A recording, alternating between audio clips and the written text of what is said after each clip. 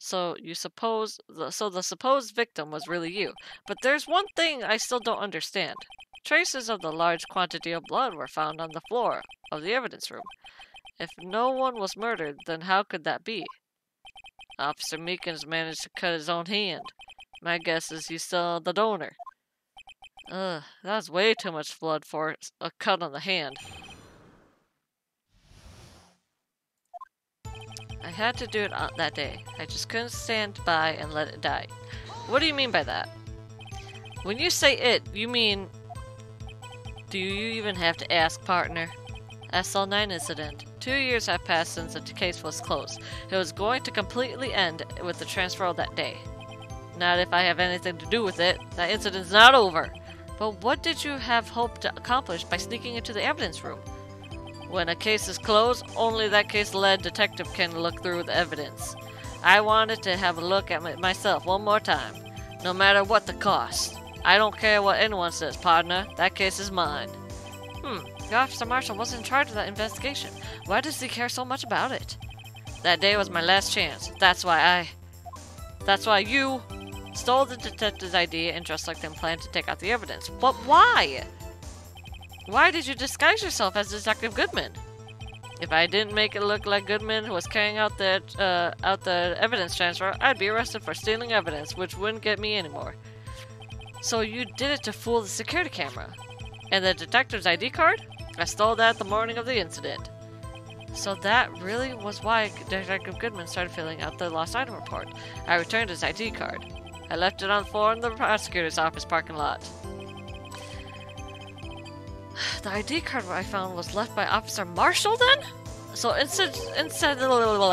incidentally, you managed to succeed despite your lack of foresight.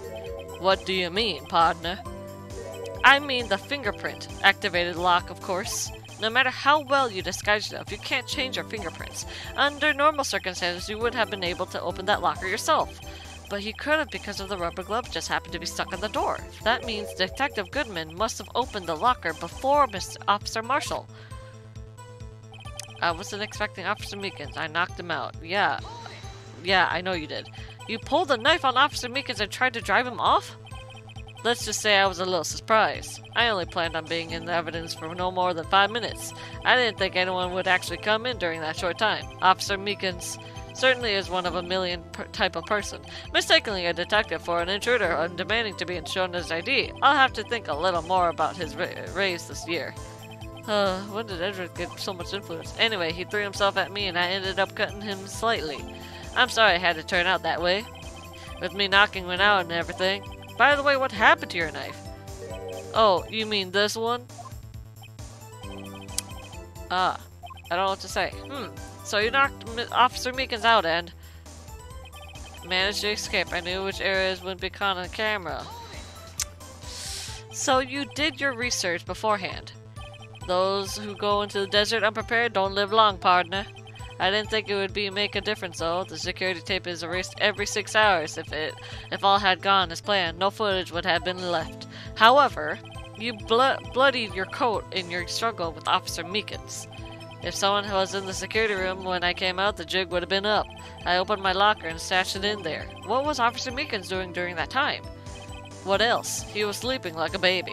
So what you're saying is, on that day, there wasn't any murder in the evidence room at 5:15. But the blood found at the scene certainly indicates a crime took place. What are you, blind?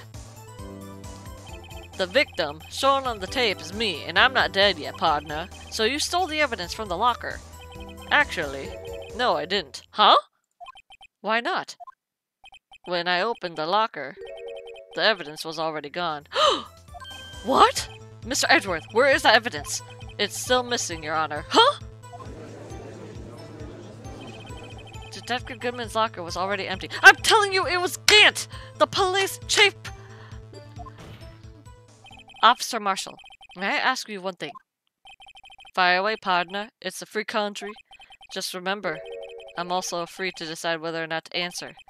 Why did you do this? Stealing the detective's ID, injuring a police officer? This is no small offense! No, this sad music! Moreover, you're an officer yourself. This will have serious consequences. It can't be just forgiven with such a cut in salary. Oh. Like I said, this isn't your case. This one's mine. And I'll do anything it takes to get an answer I'm satisfied with. The witness has an unusual amount of zeal. Let's hear more. I can't just forget the SL9 incident. You know why? Why? But that case was solved 2 years ago, wasn't it? That's the reason the evidence was stored in the evidence room. Joe Dark was convicted for his crimes. One thing I can say for sure is that he deserved his sentence.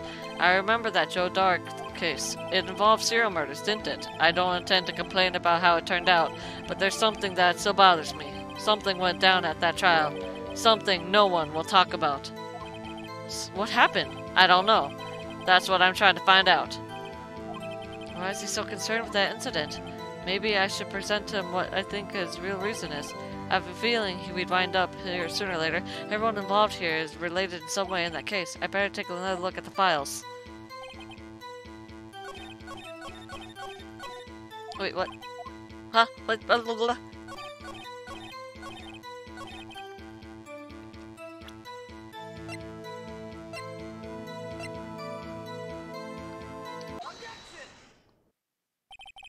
Here you go. I think I understand. I think I know why you care so much about the SL9 incident. Sounds like you've been sipping too much cactus juice, partner. I have the SL9 incident file right here. The name, Marshall, is mentioned in here. Oh. In a list of murder victims. Neil Marshall. Are you related to this man? Oh. I keep forgetting to... Oh, sorry. Neil Marshall? Yeah, I'm sure you've heard the name. 2 years ago, he received the same lousy prosecutor award you got. What? A prosecutor? He must be talking about that King of Prosecutor award. Now I remember. Prosecutor Neil Marshall. He handled the SL9 case before I did. That's right. He was killed. And the case fell into your hands. But what's his relation to you? He was my brother. No! Oh, no! No! Why would you take off your cowboy hat? No! I'm gonna cry. He was investigating the murders with Damon Gant, the then Deputy Chief of Police. I'm telling you, Gant killed everybody! Oh, no. The group of detectives I was part of worked under him. They were desperate to prosecute the killer. He has the same eyes! Joe Dark. My brother fought Dark and was killed. Angel Star. That was the first time Dark left behind any evidence. That's all we needed. He was arraigned and incinerated. The case was finally closed. At least according to the public records. What do you mean? My brother couldn't have been killed by Joe Dark. I knew my brother better than anyone. No one could have been beaten him in a fight. And that's it? That's your reason of your insane actions? There's more to my brother's death than what the records say. No matter how much you try to put and hide it, you can't fool me. Oh, well, at least one thing's for certain. Now we know what happened at the police department on the day of the crime. That was the last day the SL9 case could have reopened. Not satisfied with his resolution, Officer Marshall planned to steal the evidence. Disguising himself as Detective Goodman, he entered the evidence room. Officer Meekins confronted him, so he rendered him unconscious and fled. Yes, this mystery has finally been cleared up. No murder took place at the police department that day. The thing that happened by chance never ceased to amaze. At exactly the same time as the murder at the prosecutor's office, this fake murder was going on at the police department. Chance? It's got to be more than that.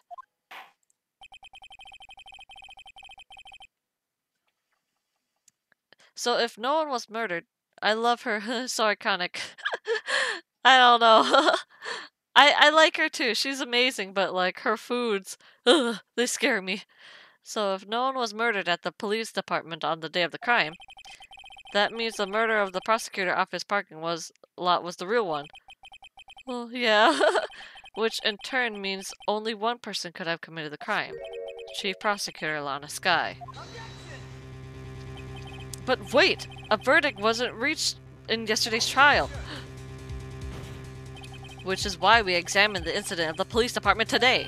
But there's only one reason the defendant was not convicted yesterday. There yet remained the mystery of the simultaneous murder at the police department. It seems to me this boy's got the draw on you, partner. All of the mysteries at the police department have been resolved, no doubt about it. Our sole murder took place at the prosecutor's office. The only suspect is Lana Skye, and the testimony the testimony of one Miss Angel Star is completely inconceivable. If you have a response, make it a single word or less. Ugh! I rest my case. It seems the trial has reached its conclusion. There's no room for doubt. Well done, Mr. Wright.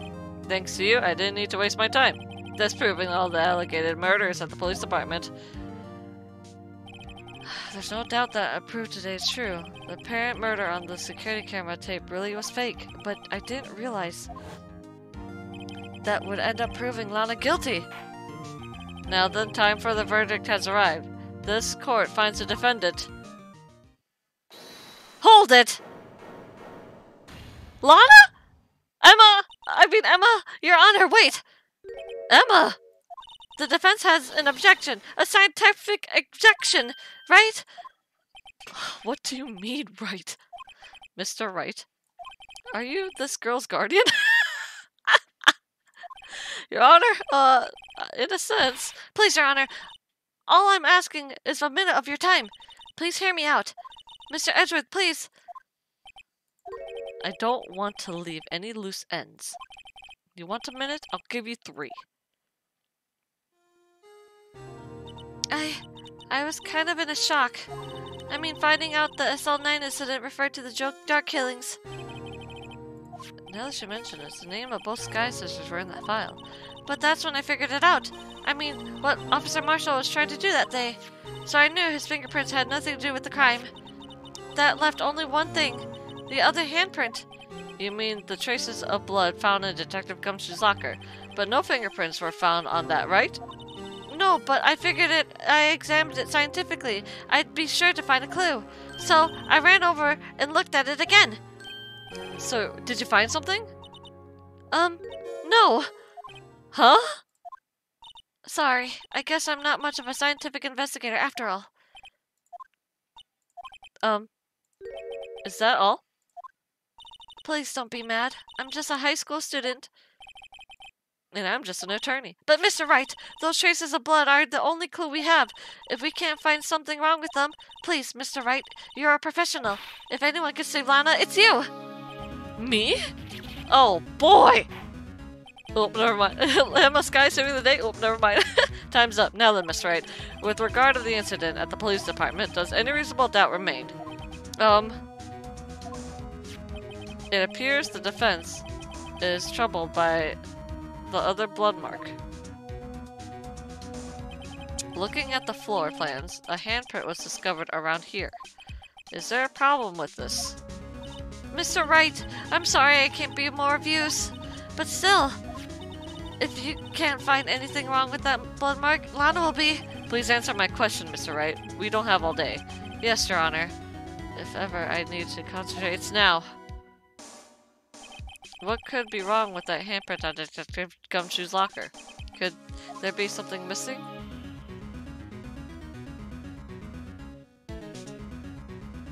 Yes?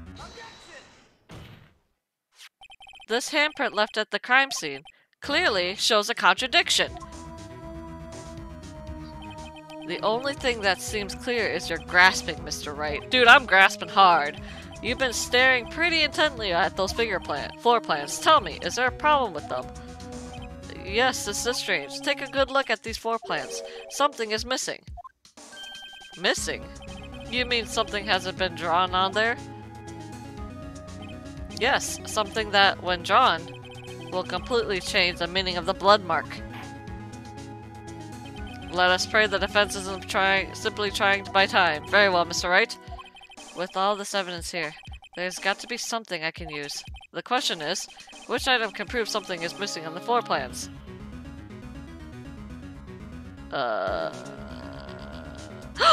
Actually, Badger, it's you! You weren't there!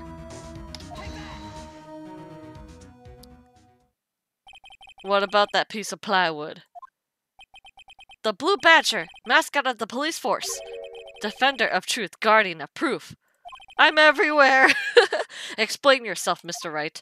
Didn't Meekins say that he took it away? Or took it out? Please look at the floor plans of the crime scene. The Blue Badger's not there.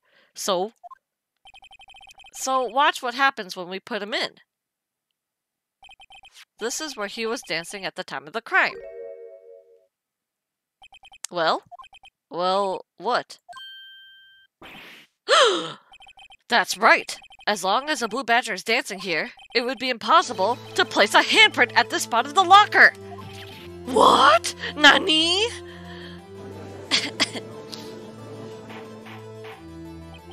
So that means, what exactly does that mean? It means it can't be done! What are you saying? Blood traces were undeniably found at that locker. Don't look at me, I didn't put it there! Mr. Wright, think it through scientifically. Emma, on that afternoon, Officer Meekins was the one who brought the Blue Badger to the evidence room, right? After he put it down, it would be impossible to leave a handprint at the locker. So that must be this blood mark was left there before the Blue Badger was brought in? Just a moment. I will not allow such far-fetched balderdash at my courtroom. It may sound far-fetched, Your Honor, but it's the only possible explanation. On February 21st, the police department's evidence room, blood was spilled not once, but twice. But how? One time was captured on this tape, taken by the security camera. Officer Meekins cut his hand, from which a trivial amount of blood fell. The problem is, the other time,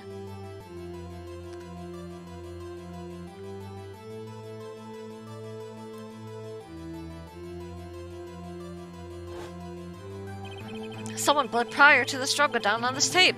It had to have been Detective Goodman when he was really murdered!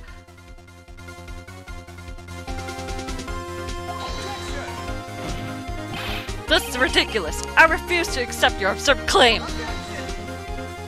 The murder portrayed in the security tape has been proven to be fake. However, that does not explain the blood mark found in the locker.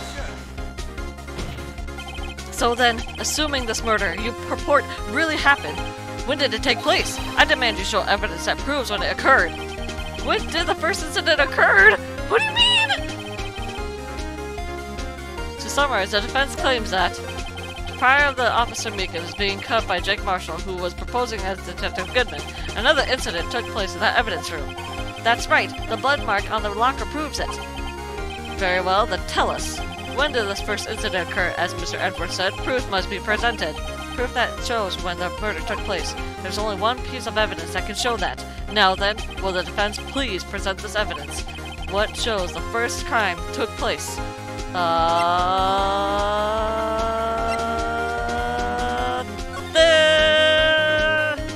Right here! 777 420! Take this! If the crime took place inside the evidence room, then the killer would have entered it. And in order to do so, the ID card would have been required. An ID card. Oh! The ID card record! Officer Meekins brought the Blue Badger panel into the evidence rooms at, let's see here, 4:50 p.m. If the crime took place before that time, then it would be 4:40 p.m. Ugh! Miles Edgeworth! Just what have you done? I never would have figured you had the nerve, boy. Drop the act, witness. It doesn't take a lot of thought to figure out it could have been me. Nope, I ain't getting it. I'm afraid I don't understand either. It's clear from the luminal test that the blood was there. However, when the second crime took place, both Officer Meekins and Officer Marshall failed to notice the blood.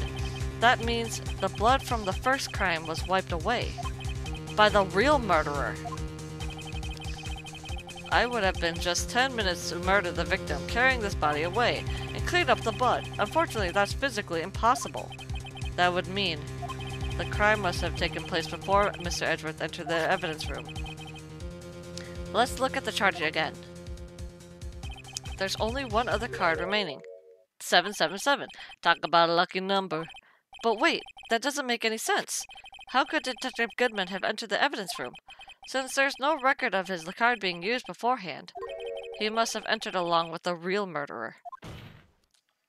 That's the only plausible explanation. He went into with 777.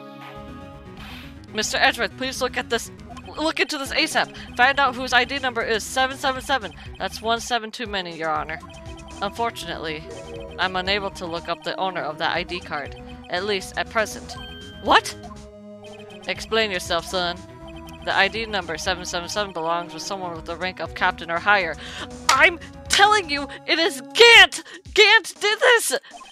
Someone who is so-called executive officer. We don't have the authority to inquire into such a person's identity. But that's ridiculous! Just how— I'm not finished talking, Mr. Wright. There is one situation in which we can grant such authority. If an official charge filed against an executive is accepted, an official charge. You're all alike, aren't you? With your cover-ups and your forgeries. That's how the prosecutor's office operates. I take pride in my work, Officer Marshall. I would appreciate it if you would keep your slander to yourself. Slander, is it? Okay, let me ask a question. Yes? No, not you. To her, the defendant sitting over there. Your own little executive. Lana? Don't be stupid. She's been charged with murder. Of course we've looked into her ID number, and it's not 777. Don't play me for a fool, partner. That's not what I wanted to ask. All I wanted to know is one thing about that incident. The SL9 incident. Answer me this, Chief Prosecutor. In that trial 2 years ago, did you really only use legitimate evidence? Oh. Do you need the witness to repeat his question, Chief Prosecutor? I heard him fine, Mr. Edgeworth. 2 years ago, I was in charge of the prosecution for that trial. At the time, we felt the powerlessness of the law. At least, I did. Lana? I became a prosecutor in order to suppress crime with the law. But before I realized it, we were the ones being suppressed by the law. Defendant, just what are you saying? I'll ask again, Chief Prosecutor. During that trial 2 years ago, did you really present all the evidence in court? Can you look at me and the investigator in the crime in the eye and say you did? Chief Prosecutor, you didn't! I don't have to, Officer Marshall. Why don't you answer him? Drastic crimes will require drastic measures. That's just the way it is. We did what we had to, in order for him to get the verdict he deserves. But Lana! Even if it involved forging evidence. Huh? Oh, my eyes. Ah! Stop it! It hurts! See? That's what I'm talking about. No. No!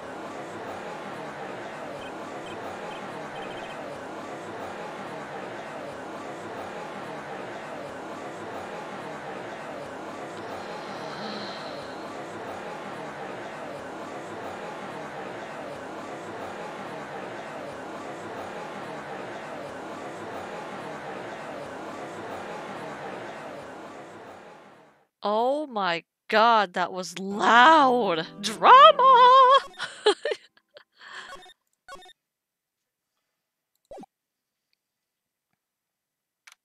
Ah, we are investigating.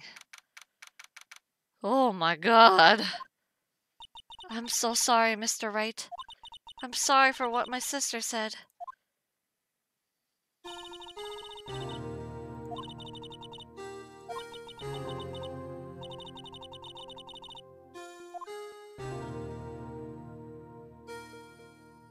I didn't know. I never knew that the SL9 incident was just another name for the Joe Dark killings. Sounds like everyone heard about these killings but me. Lana wanted Dark convicted so badly. That's why she used me. That's why she used what happened to me. What do you mean, what happened to you? It's all in there in the file. Joe Dark's last victim was Prosecutor Neil Marshall. When he murdered Officer Marshall's brother, he left behind an incriminating piece of evidence. But what did you have to do with those killings, Emma? On the night of Prosecutor Neil Marshall was murdered, Joe Dark tried to kill me. What? He tried to kill you? Officer Marshall's brother, Neil, was only trying to save me. So that means you. Yeah. I was a witness in the Joe Dark trial. Oh, no. Well.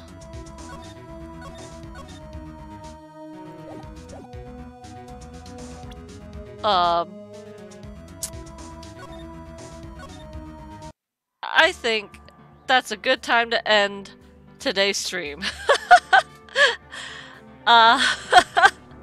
Holy heck. Oh my gosh. That was such a beautiful trial and evidence investigation. Oh my gosh. That was a long day 3 trial investigation.